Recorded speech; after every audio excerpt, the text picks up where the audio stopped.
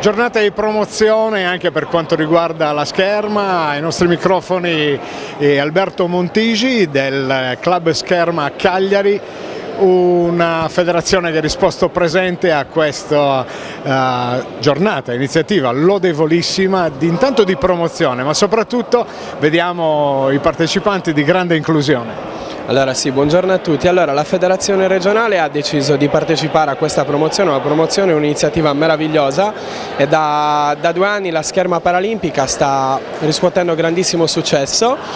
A livello federale in regione da quest'anno diverse società hanno deciso di avviare il progetto con la Scherma Paralimpica,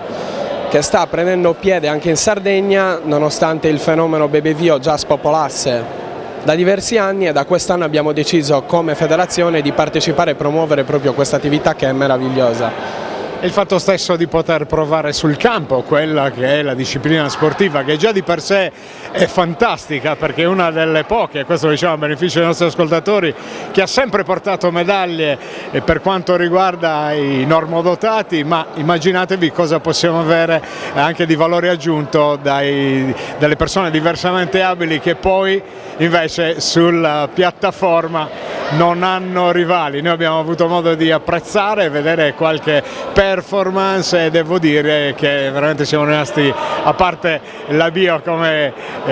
l'hai sottolineato tu, che è la nostra testimonial per eccellenza, però tante altre persone hanno l'opportunità, anche grazie all'INAIL, di mettersi in competizione, in gioco.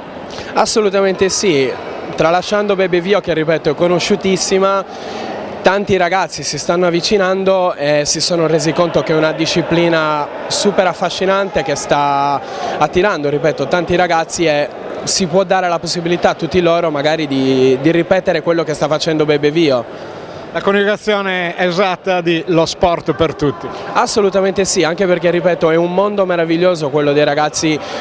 della Paralimpica, che molte volte sorprende le persone e si rendono conto che la possibilità di far fare Scherma, io parlo per la Scherma, a tutti è la giusta occasione per dar credito a questi ragazzi meravigliosi.